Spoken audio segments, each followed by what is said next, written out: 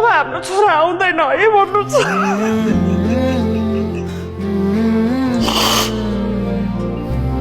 Sorry. अबको यो नवनिर्वाचित सरकारले पनि आधी ढोका खोलिदिइसक्नुभयो, आधी भने कि पुरै ढोका खोलिदिइसक्नुभयो र अब हामीलाई पुरा अब ठुलो आश भने सामान्य अदालतबाट छ। त्यो अदालतबाट हामीलाई न्याय चाहिन्छ कि हामीलाई न्याय दिलाउनै पर्छ उहाँले। त्यो गर्दाखेरि त्यो न्याय लिएर उहाँ आमाहरूलाई मैले के भन्न सकौँ भने अब हाम्रा छोराहरूले न्याय पाए, हाम्रा छोराहरूको रगत खेर गएनन्।